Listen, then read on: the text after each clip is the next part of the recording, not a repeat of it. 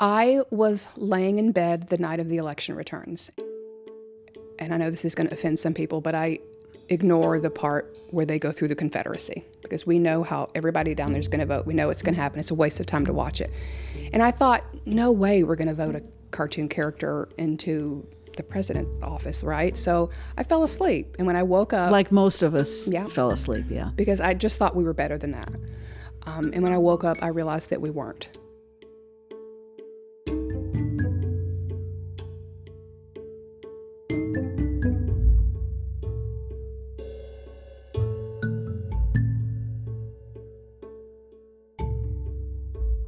Have you ever heard of A Girl Has No President? I have not. No, I have not. No, I have not. No, I have not. No, I have not. No, I have not. No. No. I have not. Yeah, there hasn't been a Can my answer then be yes? I never hear that. Thank you. I don't know much, I'm telling you. It's an Instagram account. Oh, cool. Someone who's heard of it. Maybe Ben would know. He's been the artist right there. Oh, okay. Maybe ask him. Can I ask you a question? Sure. Have you ever heard of A Girl Has No President? I have. I believe that we met at some point, and then we followed each other on Instagram, and then I forgot who it was, and the account is anonymous. It's embarrassing, honestly. Sorry if you know me. I promise I know you, just not attached to the account. I remember faces and not names. And so I remember being like, holy crap, I know this person, and this account is so big, and wait, their picture's not in here. Dang it, I forgot who they were. Well, they'll be glad to know that you remember their face and not their name. Yeah, it was perfect, I guess, for the anonymity. Yeah. There's a word.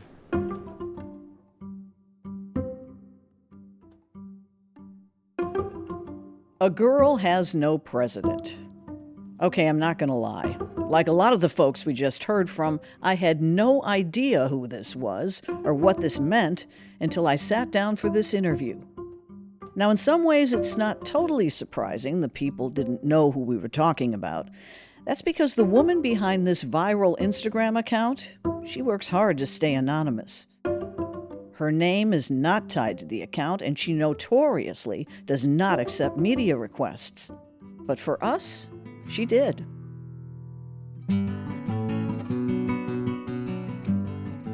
I'm Demetria Kalodimos. It's Banner and Company.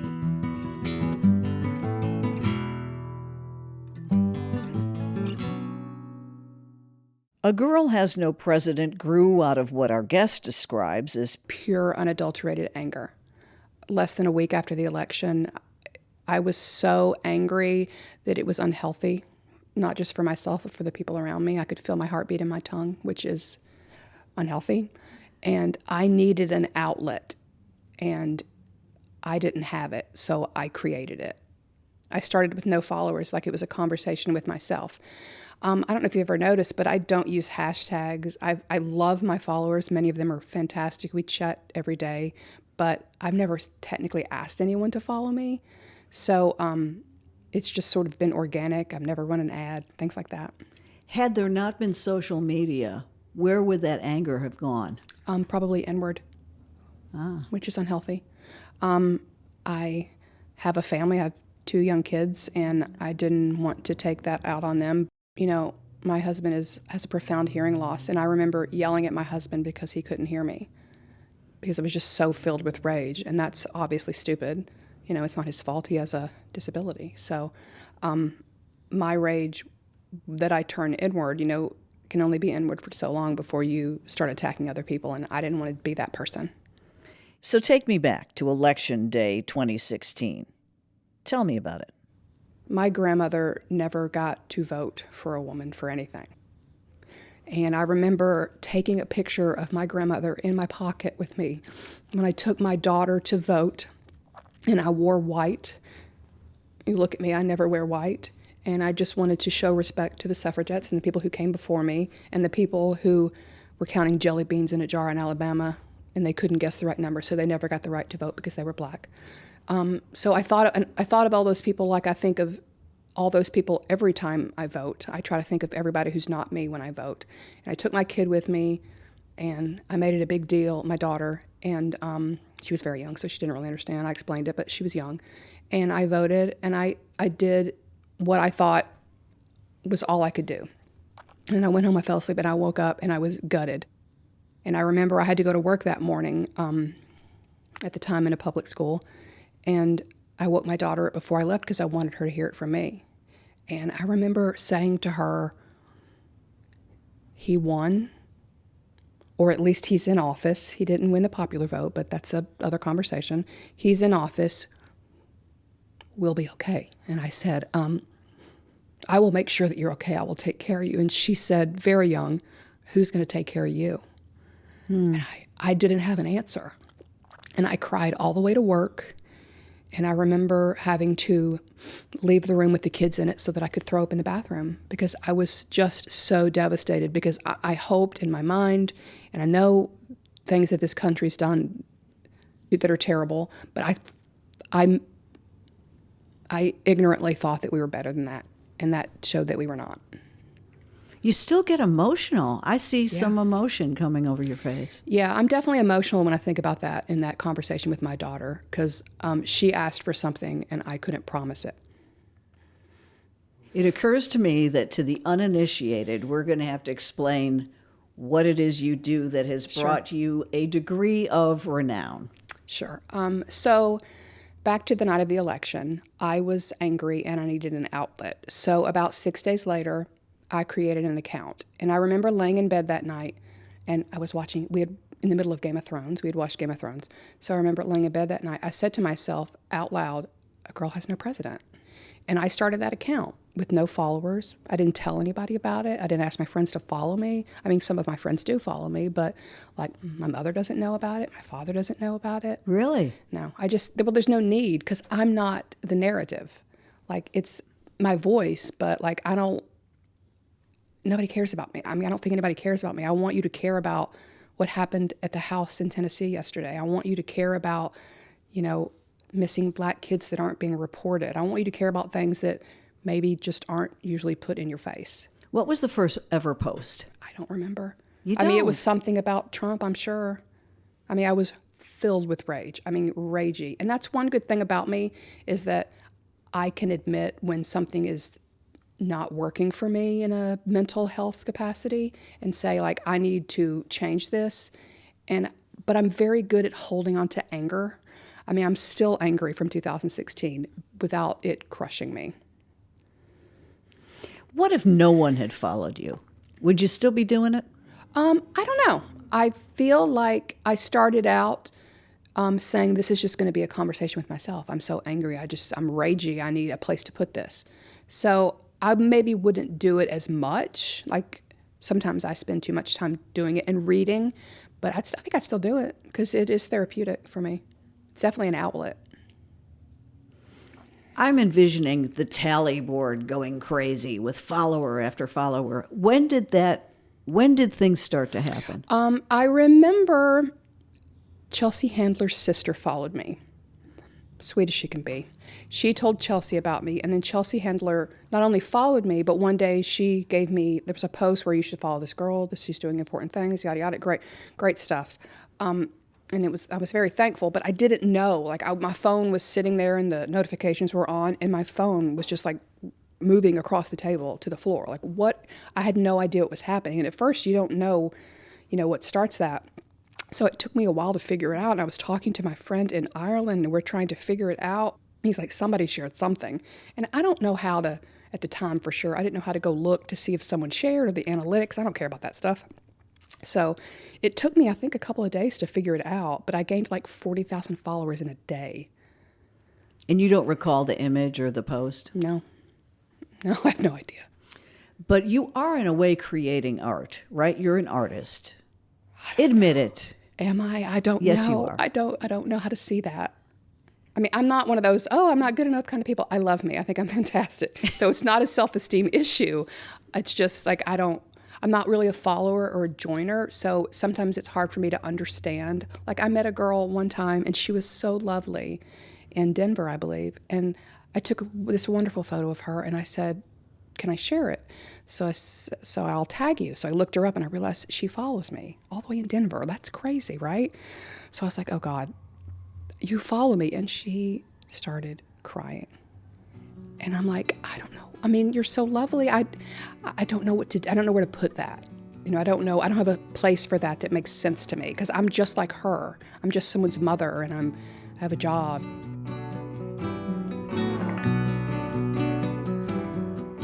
You're listening to Banner and Company. We'll be right back.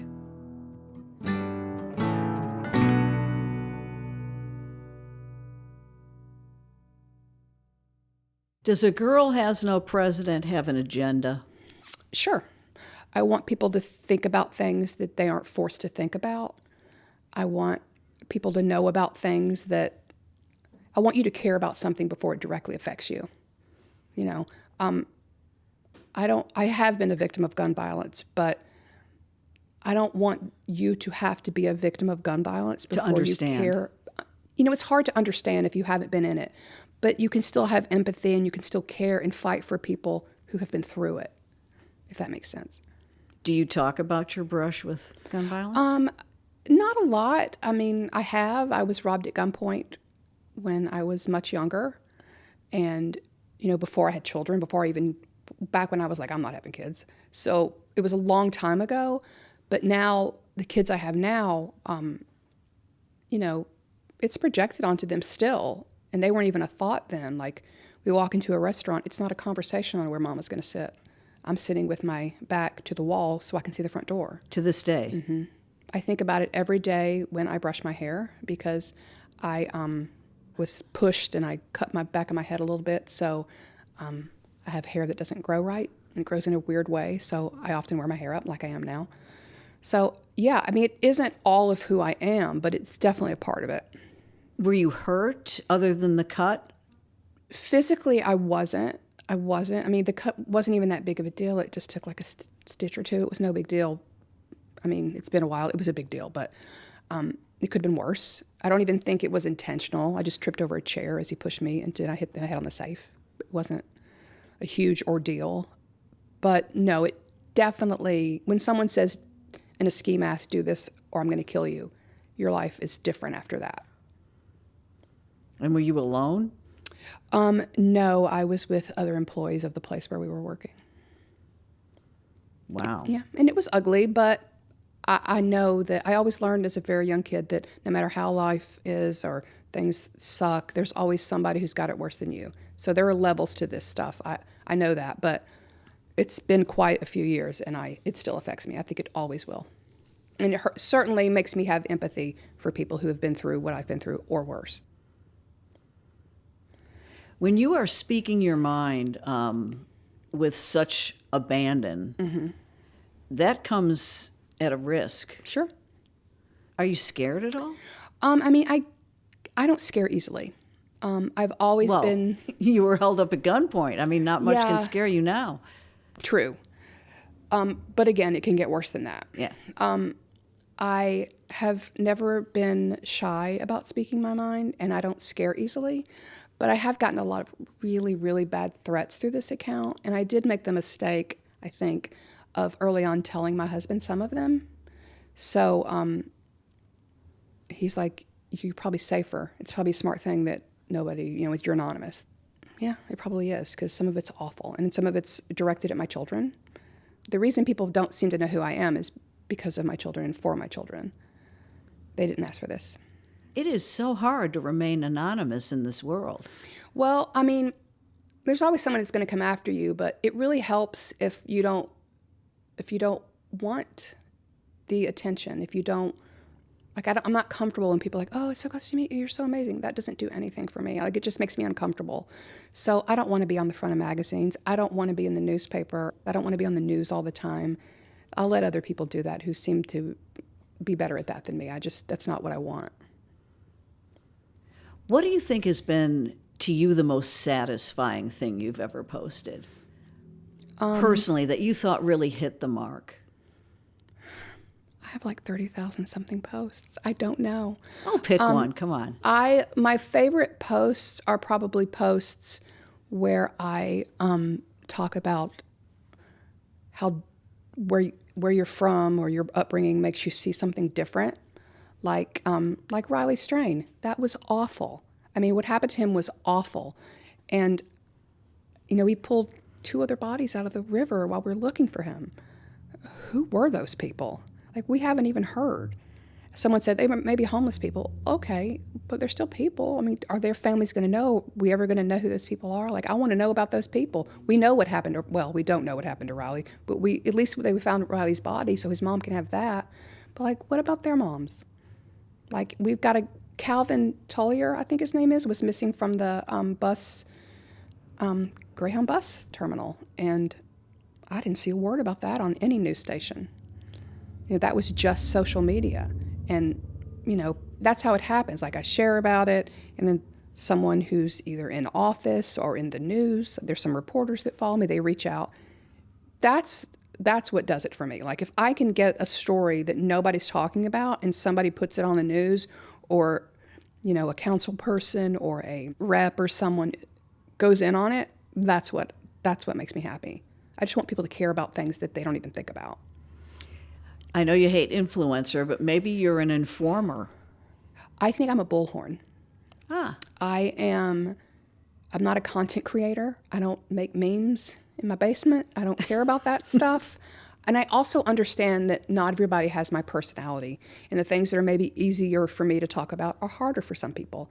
I understand that. So maybe just read what I'm writing, see what we're talking about, and maybe share it with somebody. Maybe cause someone else to have a discussion that they wouldn't have had. This has to be a pretty regular thing, though. Have you ever gone dark for a period of time? Well, I've gone dark. I've said to people, I've got surgery, I have to do this, I'm taking a couple of days off for my birthday, some days off for my mental health, and then I've been shut down by Instagram many times. 5 times since October 7th. So, for what reason? Speaking about Gaza, I attempted to talk about Israel and Gaza, and I've learned that Instagram seems to be pretty one-sided. And I also... What happens when you get shut down? Do they inform you, or They never inform me. I mean, they'll inform me that they're removing a post for something, but they don't tell me when my account just becomes unusable. And I just figure it out. And the first time they shut me down after the October 7th, it was like the 9th, and I lost it for 10 days. And then I came back, and I mentioned the word Gaza in a comment section on my own post, and I lost it for 6 or 7 days. And then a few days later, when I got it back, I used the word Gaza again, and they shut me down again. So I realized that was the word. Like, I can't use the word Gaza. And it wasn't like, I put it on there, and 2 days later it was gone. It was like 4 minutes. Like, so somebody's really watching me from Instagram. That's a little scary. It's spooky, yeah. And I just think it's a shame because what's going on is terrible there. And I'm not saying I'm the most, it's not my area. I didn't study it. I don't know everything about it. There are people who know better than me, but I should at least be able to comment on it. It's certainly what happened at Vanderbilt when that Nashville Scene reporter was arrested, which was ridiculous. That's what those students were protesting. So I think we should all be able to comment on that, and I think it's sad that Instagram makes it so that we can't.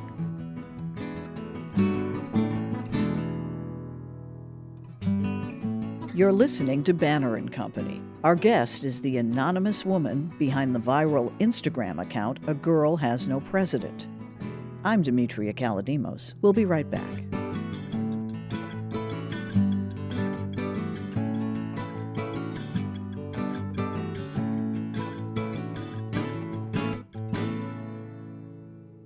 Growing up poor in Nashville, we like to pride ourselves on Nashville being a caring community of volunteers and people that embrace.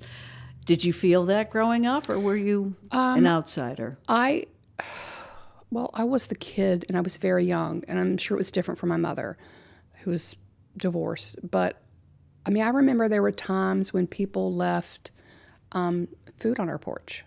Really? Yeah, and there was someone who every year left a canned ham on our porch. I still don't know who it was.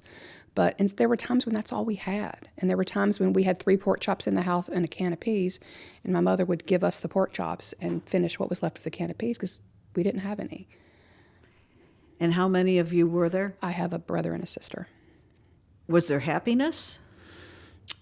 There was happiness. I like to think that they did the best that they could, but sometimes their best wasn't good enough as far as, and I don't mean money, I just mean there were times that I didn't have my parents, and I don't really want to go into that too much, but Sure. There were times when we didn't live it with our parents. So that's a failure, obviously. And that is something that's stuck with me, and I think, these awful things, you don't want your kids to go through them, but all those things I went through, I think, made me a more understanding and compassionate person. And I learned to appreciate people. I'm always going for the underdog. And when certain communities are on the chopping block, like, I want to sing their praises and I want to protect them because I've seen them so damaged. And I know what that's like, and I don't want that for other people. Have you always had this kind of empathy for others? I grew up in Nashville. I took the regular history classes, the U.S. history classes, and I remember being in, I think, 10th grade U.S. history. And I stopped and I raised my hand and I asked my teacher, why aren't we learning about black people in history? We're talking about American history. Why, when they're spoken about, are they spoken about as enslaved Africans or slaves in my book, that they were called in that book? And he said, I'm telling you what's in the book. And then we went farther. It may have been a different day. I don't remember. I raised my hand again and I said, but this isn't accurate. Like, he slammed the book and sent me to the office. And my principal was a black woman. So I said to her, look, I'm not trying to be, well, I was trying to be argumentative. I was like, I just want to understand why you aren't teaching us what really happened. Like, I'm asking you are a black woman. Why is what happened to black folks in this country, what we did to black folks in this country, why is that being hidden from me? And she said, well, he's right in that he's telling you what's in the curriculum and what's in the book. We can only teach you what we're allowed to teach you. So in that moment, I learned two things. A, she knew that what they were teaching me was all that they could teach me. She was telling me that. And she also knew that it was wrong. Like, she couldn't say that to me, but I could just tell from that conversation. I was like, okay. So I went back and I just listened and I got through high school. And then I took night courses, I remember, out of high school, and I refused to take them from white people. I only wanted to take them from black people. I took African American studies. I took civil rights courses. Like, I want to learn.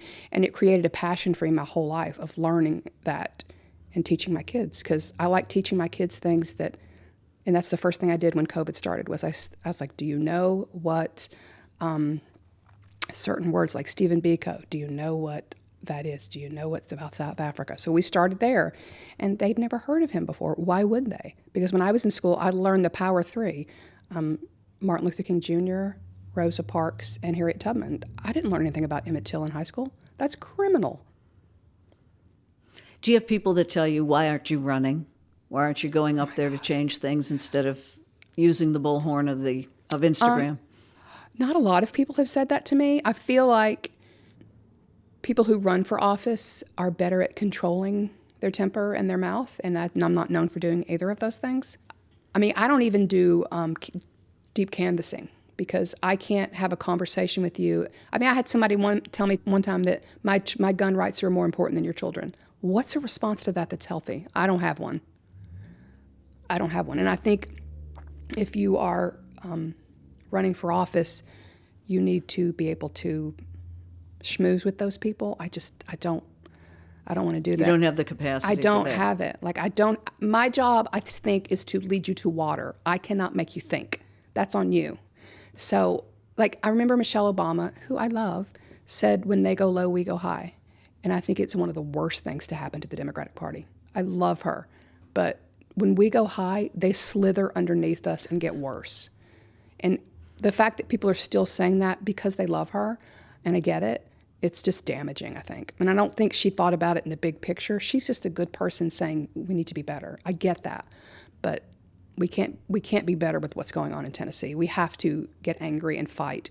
And we have to call these people out by name. And we have to tell them, you're going to listen to your constituents or we're coming for your seat. And anything else that you're saying is a waste of my time. I don't want it. And nobody seems to want it. I will never vote for any person, Democratic, Republican, or independent, who tells me I can't govern my own body, that what's happening with gun violence, especially in this state, tell me that's unacceptable. Because if you're not fighting against it, what are you doing? Or that LGBTQ, you have to fight hard for them, and you can't come for them. I remember dating my husband, all those years ago. I said to him on a date, one of our first dates, look, I've got this gay person in my family, there's a huge chance that we could have gay children. I need to know right now if that's something you're on board with. If you have a problem with that, I need you to work that out with yourself, and we'll discuss it. And he was like immediately, no, I would love my children regardless. Let's go. Let's do this. You say you had to leave Nashville to love Nashville. Yep. 100%. Still believe that? Yeah, because I appreciate it now, and I didn't appreciate it then. I mean, look, there's things I don't like about Nashville right now, sitting here, but I can appreciate it now that I didn't. I mean, I literally hated country music growing up. I remember saying, I can't wait to get out of Nashville because I'm waiting for them to break out in the clog in the Kroger. I remember saying that to somebody, because hee-haw and all that, which is dumb, but that's a young person talking. But I still am not a huge fan of country music, but I can appreciate it now. Now, I appreciate Nashville. I don't appreciate Lower Broadway. I don't do that. Yeah. No, thank you. People would say, oh, I'm going to come visit. Can we go down to Lower Broadway? You can go down to Lower Broadway. I'm going under duress when we go to a Predators game or something. I want Slim and Huskies. I'll go to Buchanan because I'm not going to Lower Broadway because I love them, but I hate Lower Broadway. I just don't like it. When someone asks you, why should I go to Nashville? What should I see there? Right now, I tell them, don't come here. We don't deserve your money. We are, if I may, shitting the bed politically. People are getting drugged in downtown Nashville.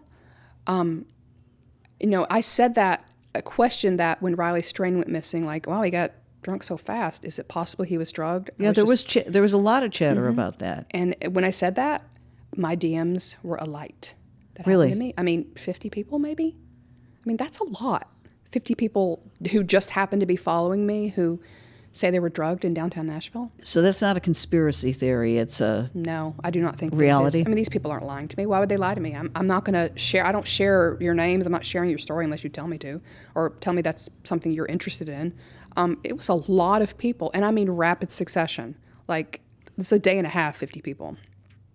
And it just kept getting bigger and bigger. And the stories were vastly the same. I went in, I got a cup of water, or I had a Coke, or I had one drink, or I had two drinks, and I couldn't walk. Next thing I know, That's a problem. And I know, I can't remember the councilwoman's name. I want to say it's Demetria. They started that Safe Bar Tennessee thing where they with go the coasters. Yes, with the coasters, and they train you, and they train the staff, and you can order a certain shot that says I'm in danger. Those things are wonderful. Everybody needs to sign up for that, every bar. And I know that the smaller bars probably are struggling because you have to shut down, they have to do the training, maybe they have to pay for the training, I don't know that. But that just seems like a no-brainer because there's a problem down there, a big problem. And I think that we hide our crimes so that people continue to come here and spend money. I mean, I want my city to thrive, but not when we're not like this. I tell people not to come here. Or I tell them, don't come here thinking it's safe, because they make it look like it's safe, but I don't know that you're safe. If there are people out there listening to this who really feel like they want to express themselves but are too timid, what's your advice? What do you tell them? I tell them to do it anyway, because if not you, then who? If you have a voice, you should use it. We should all use it if we have a voice. I mean, there's things worth fighting for, and you can spend your whole life not fighting for them. I took my kids to Alabama on a civil rights trip towards the end of COVID. We went to Selma, Montgomery, and Birmingham, not in that order. But at the base of the Edmund Pettus, before you go into Selma, there's like a little park where they have plaques and stuff, and they have a John Lewis plaque. And if I could have ever hugged a man I've never met, it would have been John Lewis. And it's just a plaque that says, get in the way. And that is my mantra, just get in the way. Sometimes people are going to hate you for it, and sometimes they're going to love you, and sometimes even the people that love you aren't going to understand, and that's okay. As long as you get what you're doing, and it's working for you, and it's moving you, and it's progressing you, then you're on the right path, I think. Do we have a secret connection that I'm just not recalling? Well, there's a couple. Okay. I don't remember how old I was, but I was riding my bike when I was very young around the Harding Mall area in that sort of part of town. And it was some friends of mine, and you pulled us over to say, hey, can I ask you some questions? And I think it's a long time ago, but I think you asked us questions about the curfew. I think you were talking about the curfew at midnight, and we were all like, we hate it, because we were kids, right? And you were like, okay, and we rode away. And then I saw you again. I mean, we've always loved you. Aw, Dan thank Miller, you. Bill Hall. I mean, come on. And that's one of the reasons I agreed to do this. I I'm love especially honored. Thank you. you. And absolutely. And the nod to Dan Miller with the name of your podcast. As soon as he said that, I was like, oh, yeah. I actually teared up a little bit. And I immediately contacted Music who I knew would love to hear that. And they did. They're like, oh my God, we love her. So, You know, I figured if anyone could rip off Miller in his title, I think he'd would give be his honored. blessing. Yeah, for sure. And then I saw you again the night that Freddie won. You walked by me and I pointed at you. I'm like, oh my God, Demetria Kalodimos, I love you. And just pointed. You're like, thanks, crazy person. But it was a good moment. I again texting Music. And I bet you can spell my name. I cannot. I cannot. No, I cannot.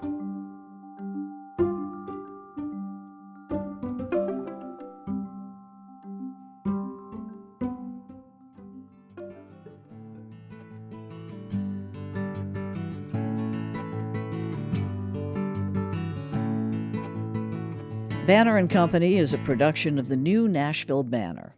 Our producers are Steve Haruch and Andrea Tudhope. Original music by Verlin Thompson. Subscribe wherever you get your podcasts or go to NashvilleBanner.com. You're in good company.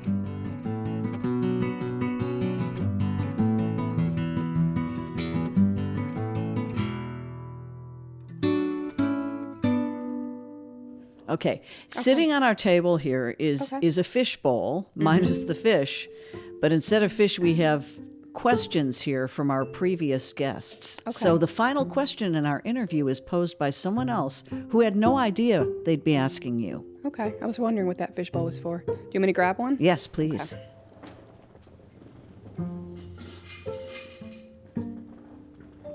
How do you see yourself in the world of confusion? World of confusion that I feel we live in every day. You know, where do you fit into that? I don't know where I fit into that, but I see myself as someone who is angry, and I don't want to live like this because we don't have to live like this. The things that are happening, especially in Tennessee, are a choice that we're making with our elected officials, and I'm tired of it, and I want to change that, and I'll do whatever I can to do that, short of running for office, because I'm not doing that.